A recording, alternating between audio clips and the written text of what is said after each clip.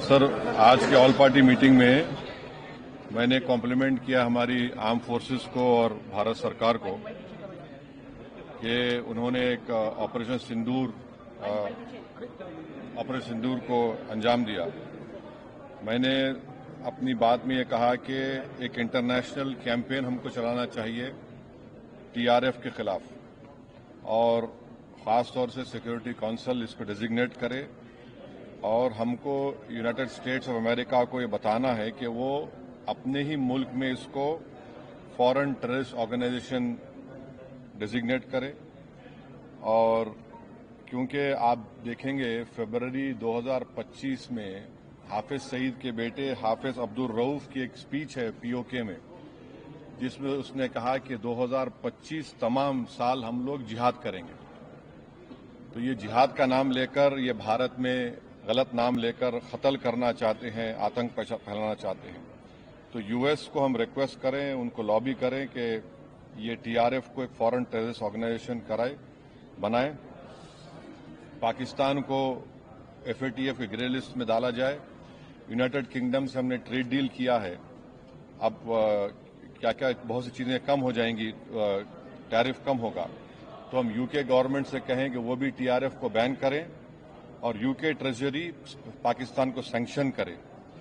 United states से हम trade deal करने जा रहे हैं और यूएस प्रेसिडेंट ने कहा कि जीरो टैरिफ होगा एग्रीकल्चर पर। तो ये मोर द रीजन है कि हम यूएस भी इसको कबूल करें। अब कश्मीर में गवर्नमेंट के पास एक बहुत सुनहरा मौका है, तारीखी मौका है कि वो यकीनन पाकिस्तान को कन्फ्रंट करें, मगर कश्मीरियों को अडॉप्ट करें। आप कश्मीरियों को करीब करें।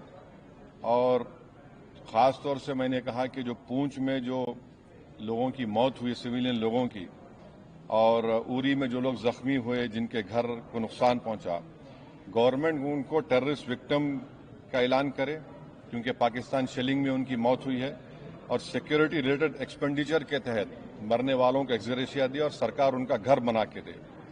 और मैंने कहा कि साउथ कश्मीर में गवर्नमेंट को बहुत एहतियात से काम करने की जरूरत है। वहां के यूथ को हमको करीब करना है। और जो ऑपरेशन सिंदूर हुआ, उसका मेरी नजर में सबसे बड़ा इंपॉर्टेंस ये है कि मुरीद की और भावलपुर पर अटैक होना, ये नॉन टेररिस्ट ऑर्गेनाइजेशन के हेडक्वार्टर्स हैं। ये बहुत अहम बात है जिसको हमको समझने की जरूरत है। मिलिट्री स्ट्रेटेजी वाइज आप देखेंगे, अब हमारे देश के लिए दो फ्रंट पे हॉस्टिलिटी होगी, एलएसी और एलओसी पर। इसलिए कि जब 16 में उरी हुआ, 2019 में हम बालाकोट किए, आज हमारी 50,000 फौज गलवान और पे बैठी हुई है। तो ये टू फ्रंट हॉस्टिलिटी को हमको देखने की जरूरत है। चाइना से हम इतना एक्सपोर्ट कर रहे हैं, इंपोर्ट से ज्यादा चाइना से इतना इंपोर्ट कर रहे हैं, एक्सपोर्ट से ज्यादा हो रहा है। तो हम चाइना पर भी इम्प्रेस करें कि वो पाकिस्तान को, टीआरएफ को, जितने टेररिस्ट वांटेड है इंडिया, उसको हवाले करें। और गवर्नमेंट से मैंने गवर्नमेंट से कहा कि आपने अच्छा जवाब दिया ओआईसी को, और तुर्किया को हमको समझाना है कि तुर्किया पूरे विश्व में एक ऐसा कंट्री है जो अपने ही देश में जो टेररिस्ट ऑर्गेनाइजेशन है कर्ड्स, उनको बॉम्ब करता है। इराक में जब तक उनसे डील नहीं हुई वहां बॉम्ब करता था, अब सीरिया में भी बॉम्ब करता है वो। तो तुर्किया को समझाने की जरूरत है कि जब आप कर्ड्स के ऊपर जो टेररिस्ट ऑर्गेनाइजेशन है उनको आप एक्शन ले सकते हैं, तो भारत पे क्यों वो सवाल उठा रहे हैं। और हमने कहा कि ये आज पाकिस्तान इसको और एस्केलेट ना करे। इस सिलसिले में आज ईरानियन फॉरेन मिनिस्टर दिल्ली में है, सऊदी फॉरेन मिनिस्टर भी दिल्ली में है।